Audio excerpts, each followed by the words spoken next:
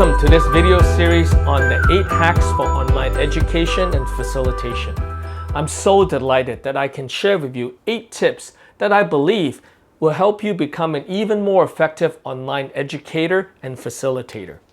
But before I do that, I want to first show you 4 pictures so that I can prepare your mind and set the context for this video series. Are you ready? Let's get started. Here's the first picture. What do you see?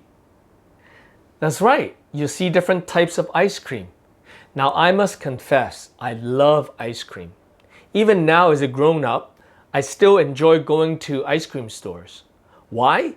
Because I can be adventurous and taste different flavors of ice cream that I've never tasted before. And quite often I end up finding a new flavor that I really like. In the same way, just as there are many different types of ice creams, there are also different ways to facilitate and to teach online, and some are going to be more effective than others. As educators and facilitators, we must be open to trying new things. We must not stick to the same method or the same approach all the time. We must be willing to explore new flavors. And my encouragement to you as you watch this video series is that you'll be open to trying out new things. And as you do that, you may be surprised at what you will discover. Here's the second picture. This picture represents thinking out of the box. By that, I mean coming up with fresh ways to teach the same content differently. Now, let's face it, most of us teachers have a tendency to default to one method of teaching or one style of facilitation. Typically, we enjoy lecturing because that gives us the most control over what we're going to say and when we're going to say it. But when I was going through grad school and learning about instructional design, my mentor always challenged me to do 2 things. First, he challenged me to teach the same content differently, in fresh ways. Secondly, he challenged me to teach the content in multiple ways.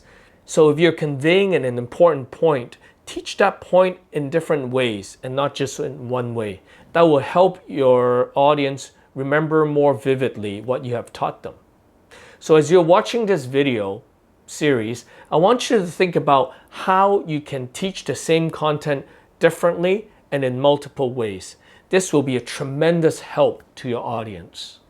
Here's the third picture. What do you see? That's right, small packets of chili sauce.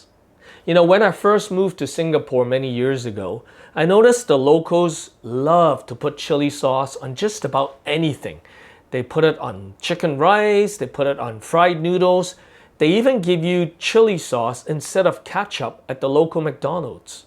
So finally I decided to ask my Singaporean friends, why do you guys put chili sauce on just about anything? And this is what they tell me.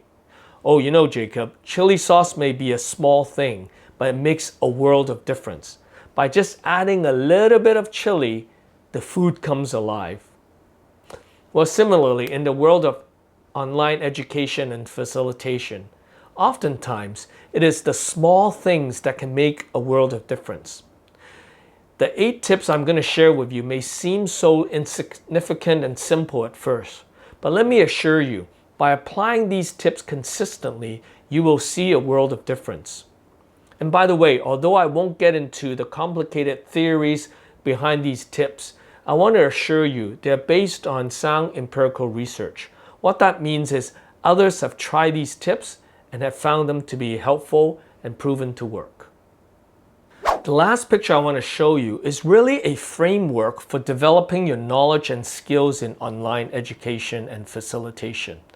Basically, there are 3 areas you need to focus on in order to succeed in online education and facilitation. The first area you need to grow in is what's called content knowledge, and that's represented by the blue circle. And this refers to content and expertise on things like Bible, theology, leadership, ministry, pastoral skill, mission skill, spiritual life, Bible languages. All those things are content knowledge. And this is especially important for us to develop in this information digital age. Why? Because now students have access to virtually any kinds of knowledge just by going onto the internet. They're going to be exposed to different viewpoints, different perspectives, and they also have a very low tolerance for outdated information. Therefore, as educators, we need to be well informed of what's the latest development in our area of expertise. The second area we need to grow in is represented by the pink circle, and that's technological knowledge. So this refers to like new web conferencing tools like Zoom, online discussion boards, even learning management systems.